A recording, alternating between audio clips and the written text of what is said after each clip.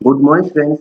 Welcome to our YouTube channel, BDN Public School. Today, we are going to start our new and third video class of chapter A of class 7th Geography. Our topic is weather and climate. ठीक है, जो आज का हमारे जो topic है वो क्या है? वेदर और climate.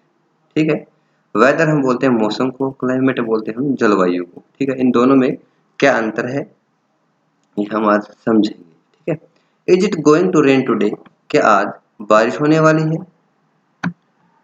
Will it be bright and sunny today? क्या आज जो सूर्य है वो चमकीला होगा या फिर बहुत ज्यादा चमकीला होगा?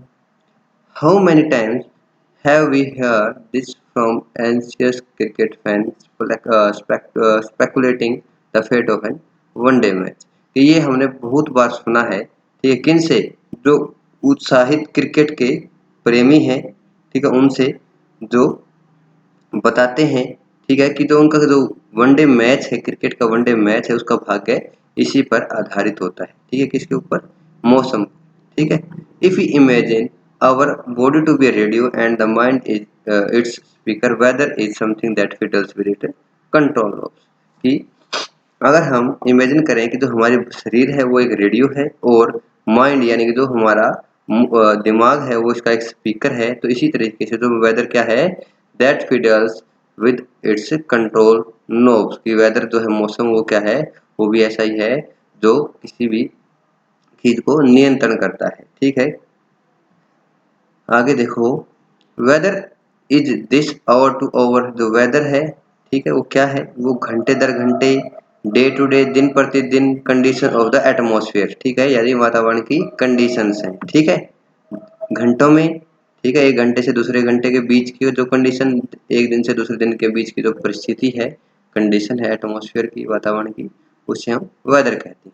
ठीक है, हॉट और ह्यूमिड वेदर में मेक वन इरिटेबल, यानी कि गर्म और एक जो ह्यूमिड, जिसके अंदर जो आपकी ह्यूमिडिटी ज़्यादा होती है, वाष्प की जो मात्रा है वाष्प की वो थोड़ी सी ज़्यादा होती है, ऐसा मौसम किसी को भी इरिटेट कर सकता है। ठीक है, ए प्लीजेंट ब्रीजी वेदर में make one cheerful and even plan for a outing, यानी कि जो सुहावना, ठीक है, और ब्रीजी वेदर है, ठीक है, हल्की हल्की और बारिश वाला जो मौसम है, ठीक है, वो किसी को भी चीयरफुल बना सकता है। ठीक है, खुशी का उसका कारण बन सकता है। ठीक है, और कभी कभी तो ऐसे मौसम के लिए हम बाहर जाने के लिए भी प्लान बना लेते हैं ऐसे मौसम में। ठीक है, weather can change dramatically from day to day, यानी जो वेदर है, मौसम है, वो दिन में, ठीक है, एकदम से उसके अंदर बदलाव आ सकता है। ठीक है, बड़ा ही नाटकीय ढंग से उसके अंदर ड्रामेटिकली होते हैं आपका, नाटकीय ढंग से उसके अंदर बदलाव आ सकता है। However the average weather conditions of a place for a long period of time represent the climate. ठीक है, अब तक हमने जो पढ़ा वो पढ़ा था वेदर के बारे में, मौसम के बारे में, लेकिन जो एवरेज वेदर कंडीशन है, ठीक है, मौसम के जो एवरेज परिस्थिति है, ठीक है, किसी एक स्थान पर लंबे समय के लिए, ठीक है, वो क्या कहलाता है? क्लाइमेट कहलाता है उस स्थान विशेष का। ठीक है, देखो, वेदर होता है एक दिन या 2 दिन के बीच, ठीक है, उसको मौसम बोलते हैं, या फिर 1 घंटे या दूसरे घंटे के बीच का मौसम, उसको हम बोलते हैं। इस समय के लिए अगर हम परिस्थितियों का जायजा लेते हैं तो हम उसको डिनोट करते हैं उन परिस्थितियों को वेदर से। ठीक है, लेकिन अगर लंबी अवधि के लिए, यानी कि साल या 2 साल, ठीक है, हम इतना समय लें, इतने समय के लिए हम किसी भी स्थान की जो वेदर कंडीशंस हैं, एवरेज वेदर कंडीशंस हैं, उसको रिप्रेजेंट करें, तो क्या कहलाता है? क्लाइमेट। ठीक है, एक क्षेत्र की क्लाइमेट कहलाता है। तो आप समझ गए होंगे वेदर और क्लाइमेट में क्या फर्क है। वेदर होता है मौसम, क्लाइमेट होता है जलवायु। ठीक है, मौसम होता है 1 या 2 दिन का, या फिर 1 या 2 घंटे के बीच का, ठीक है, यानी कि बहुत ही थोड़े समय के लिए, ठीक है, फॉर शॉर्ट टाइम स्पेन के लिए। ठीक है, लेकिन जो क्लाइमेट है वो लंबे समय के लिए होता है। ठीक है, यानी कि लंबी अवधि के लिए होता है, लॉन्ग टर्म के लिए होता है जो वर्ड। ठीक है, तो लंबे समय में, यानी कि साल या 2 साल या 3 साल के बीच, ठीक है, जो आपकी एवरेज वेदर कंडीशंस होंगी, ठीक है, किसी भी क्षेत्र की या फिर प्लेस की, ठीक है, उसको हम क्या बोलते हैं? क्लाइमेट बोलते हैं। ठीक है, now do you understand why we have daily weather forecast? तो इसलिए आप क्या समझ गए कि हम हर रोज जो डेली वेदर फोरकास्ट होती है, मौसम की जो भविष्यवाणी होती है, ठीक है, वो हमें क्यों मिलती है। ठीक है, आगे देखो टेम्परेचर यानी कि तापमान। The temperature you feel every day is the temperature of the atmosphere, यानी कि जो तापमान आपको हर रोज फील करते हो, महसूस होता है, वो किसका टेम्परेचर है? वातावरण का टेम्परेचर है। The degree of hotness and coldness of the air is known as temperature, यानी कि किस डिग्री तक जो हवा है वो गर्म है और किस डिग्री तक वो हवा जो है ठंडी है, उसको हम क्या बोलते हैं? टेम्परेचर, तापमान बोलते हैं।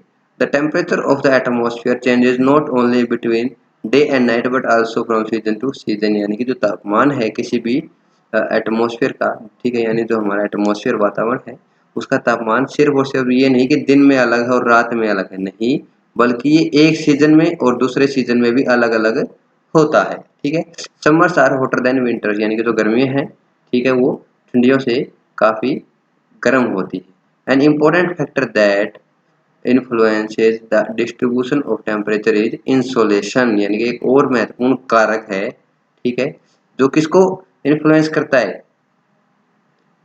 डिस्ट्रीब्यूशन ऑफ टेम्परेचर को, यानी कि टेम्परेचर के डिस्ट्रीब्यूशन को कौन इन्फ्लुएंस करता है, प्रभावित करता है? वो क्या नाम उसका? इंसोलेशन। ठीक है, insolation is the incoming solar energy intercepted by earth, यानी कि इंसोलेशन है वो क्या है? वो सोलर एनर्जी जो पृथ्वी के अंदर आ रही है और पृथ्वी के अंदर फंसकर रह जाती है। ठीक है, ये जो इंसुलेशन कहलाता है, यानी कि जो वो एनर्जी सोलर, ठीक है, जो पृथ्वी के अंदर ऊपर गिरती है और फिर अर्थ के अंदर फंसकर रह जाती है, ये इंसोलेशन कहलाता है। और ये इंसोलेशन किसको प्रभावित करता है? अपने टेम्परेचर के डिस्ट्रीब्यूशन को प्रभावित करता है अर्थ के ऊपर। आगे है the amount of insolation decreases from equator toward the poles, यानी जो इंसोलेशन की जो अमाउंट है, मात्रा है, वो इक्वेटर से जैसे जैसे हम पोल्स की तरफ जाती है, ठीक है, जैसे कि ये मान लो हमारी अर्थ है, ठीक है, इक्वेटर कहाँ है? बिल्कुल अर्थ के बीचों बीच, ठीक है, जिसको हम 0 डिग्री से नोट करते हैं, ठीक है, 0 डिग्री से नोट करते हैं। अब जैसे जैसे हम पोल्स के ऊपर, पोल्स की तरफ जाएंगे, ठीक है, ऊपर कौन सा पोल है? North pole. नीचे कौन सा पोल है? आपका साउथ पोल। जैसे जैसे हम पोल्स की तरफ बढ़ेंगे, इक्वेटर से नॉर्थ पोल या फिर इक्वेटर से साउथ पोल, ठीक है, जो इंसोलेशन है वो, उसकी जो मात्रा है वो कम होती चली जाएगी। ठीक है, आगे देखो, therefore the temperature decreases in the same manner, तो इस तरीके से जो टेम्परेचर है, ठीक है, तापमान है, वो घटता रहता है। Now do you understand why poles are covered with snow, तो क्या आप समझ गए कि जो पोल्स हैं वो हमेशा बर्फ से क्यों ढके रहते हैं? पोल्स के ऊपर क्या रहती है? बर्फ रहती है। ठीक है, यानी कि ये पृथ्वी है अगर, तो ये जो क्षेत्र है पोल्स का, ठीक है, ये ऊपर वाला क्षेत्र है जो यहाँ और यहाँ, यहाँ पर बर्फ से ये क्षेत्र ढके रहते हैं। क्यों ढके रहते हैं?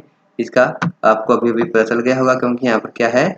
इंसोलेशन की मात्रा कम है। ठीक है, आगे है, it would become too warm, sorry, if the earth's temperature rises too high it would become too warm to some crops to grow, अगर टेम्परेचर है पृथ्वी का ज़्यादा हाई हो जाए, ठीक है, तब क्या होगा?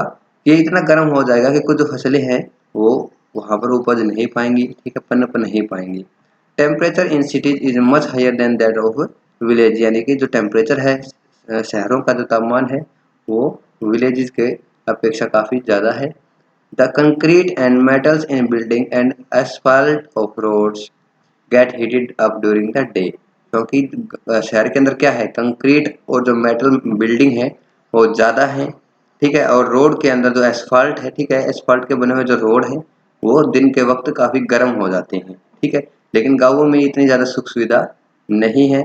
This heat easily during the night, और जो ये हीट है, ठीक है, रात के वक्त रिलीज होती है, निकलती है। ठीक है, दिन में तो ये जो रोड है और जो कंक्रीट इसको एब्जॉर्व कर लेते हैं, इस गर्मी को अपने अंदर एब्जॉर्व कर लेते हैं, और दिन रात के समय इसको, जब मौसम ठंडा हो जाता है, आपको पता है कि जो गर्मी का या फिर टेम्परेचर का वहन ज़्यादा से कम की तरफ होता है। अगर टेम्परेचर आसपास में कम हो और आप किसी एक क्षेत्र पर रहते हो जहाँ का टेम्परेचर ज़्यादा है, तो ज़्यादा वाले क्षेत्र से टेम्परेचर कम वाले, यानी कि वहाँ का जो तापमान है वो वहन करने लग जाता है आसपास के कम टेम्परेचर यानी कम तापमान वाले स्थान की तरफ, ठीक है, अपने आप को समांतर यानी कि समान बनाए रखने के लिए, ठीक है। तो अब जैसे ही रात का टेम्परेचर कम होगा तो इनसे जो निकल के जो टेम्परेचर है, इनसे जो निकल के गर्मी है, सॉरी टेम्परेचर नहीं कह सकते हम, इनसे निकल के जो गर्मी है वो क्या कर देती है, रात के मौसम को हीटेड कर देती है, गर्म बना देती है, ठीक है। आगे देखो, also the crowded high the crowded high rise buildings of the cities trap the warm air and thus raise the temperature of the cities। यानी कि जो भीड़ भाड़ वाली आपकी जो ऊंची बिल्डिंग होती हैं, ठीक है, वो क्या करती हैं, इस गर्म हवा को ट्रैप कर लेती हैं, अपने अंदर फंस लेती हैं, उसको आगे जाने के लिए रास्ता नहीं मिलता हवा को, ठीक है। इससे जो शहर है उनका जो टेम्परेचर तापमान वो भी बढ़ जाता है, ठीक है। तो आज की वीडियो में बच्चों हम सिर्फ इतना ही रीड करेंगे, यहीं तक, ठीक है। नेक्स्ट वीडियो क्लास में हम इससे आगे जो आपका एयर प्रेशर है उस टॉपिक को स्टार्ट करेंगे, ठीक है। So thank you. आपको वीडियो अच्छी लगी तो लाइक कीजिए, शेयर कीजिए और हमारे चैनल को सब्सक्राइब कीजिए। Thank you.